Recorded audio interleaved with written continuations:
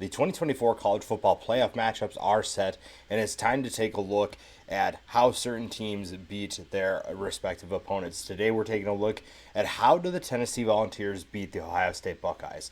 Now these are two teams that are very evenly matched in many areas, and this should be one of the more exciting games to watch. This game obviously is played in Columbus. That's going to be a really exciting atmosphere, really electric, and it'll be fun to see how these two teams stack up. But how does Tennessee pull off this win? We're going to take a look at some of the players you need to watch for the Tennessee Volunteers, as well as what they need to do, the keys to the game, and then the certain matchups that maybe present some challenges or present potential advantages for Tennessee. When you look at what Tennessee has done this year, a 10-2 season is nothing to shake your head about. It's been a really good year for Tennessee. It's been really fun to watch, and it's had its ups and downs, that's for sure. Now, this is a team that has been explosive at times. Its defense has stepped up in big ways, but you've also seen kind of some duds.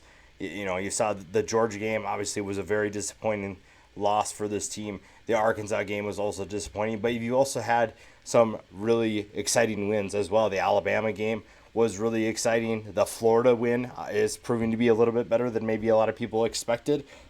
But this is a team that, again, is ready to prove that it can make a run in the college football playoff. Now, there are certain things that have to obviously go their way. There are certain things that they must do in order to make sure they win this game and beat Ohio State.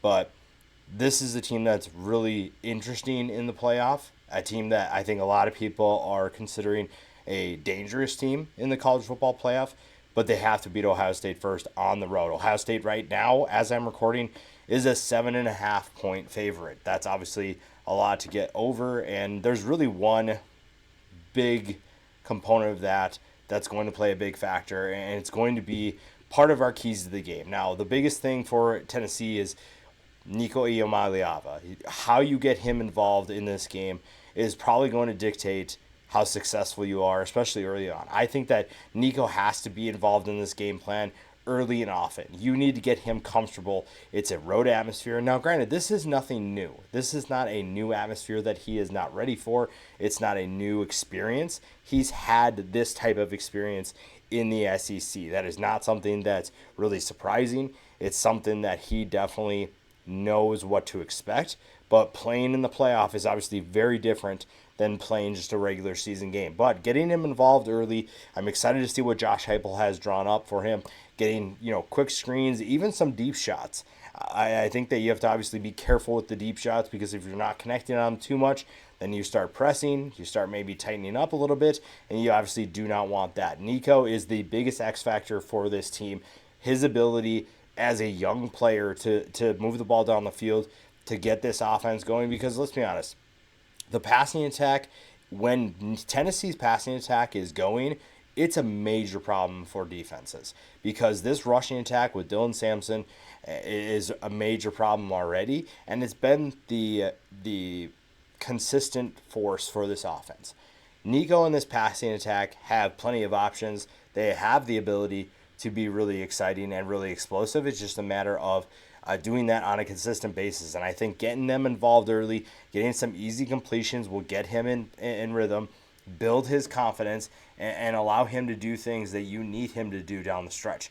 Disruptive plays are also going to play a factor. This is a Ohio State team that has been very good up front. I think, obviously, before the injuries kind of hit them, the Ohio State offensive line did a great job of keeping Will Howard upright, giving him time to throw, and that's really exciting if you're Ohio State. Tennessee's defense, though, has been extremely disruptive. They have 29 sacks on the year, and they're facing a team that is still kind of trying to figure out how comfortable are we with our new lineup on the offensive line. Losing Josh Simmons was going to hurt them regardless, but Tennessee has to take advantage of that. They have to find ways to make disruptive plays, to live in the backfield, and not let Ohio State get comfortable. There are plenty of big-time players for Ohio State, and being disruptive is going to limit that. How do you do that? You have to be physical. Ohio State wants to do certain things offensively, and you kind of saw, I wouldn't say the blueprint, but you kind of seen what teams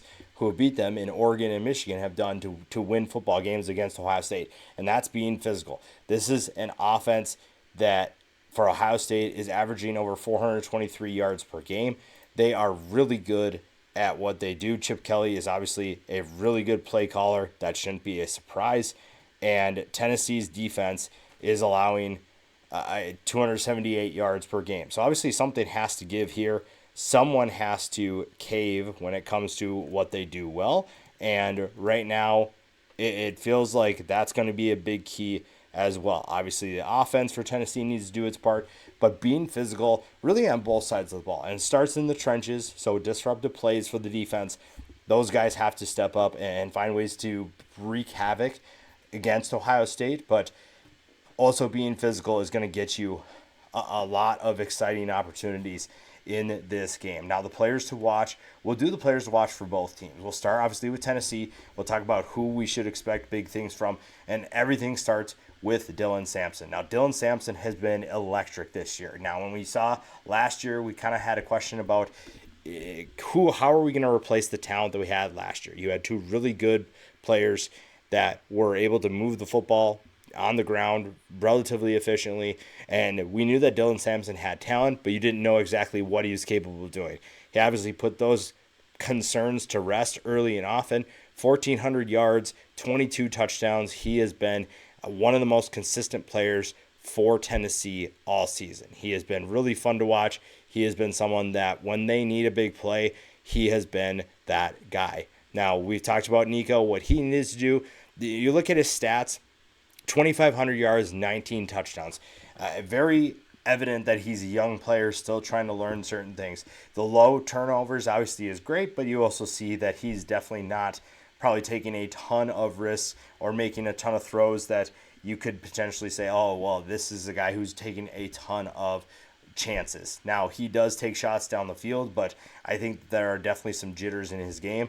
I'm excited to see what he does on a big stage. Again, he is the biggest X factor for this team. But again, he has players that he can hit downfield. Dante Thornton is averaging almost 26 yards per catch. Now, he only has 25 receptions, but you need to get him involved more. You need to find ways to get him downfield because he is someone who has proven that he can make big plays. Going to the defensive side of the ball, this is a group that I'm really excited to watch against Ohio State because Ohio State has some very interesting players that they'll have to cover and defend. Trevion Henderson is going to be one of them. Quinshon Judkins is another. We'll dive into them more a little bit.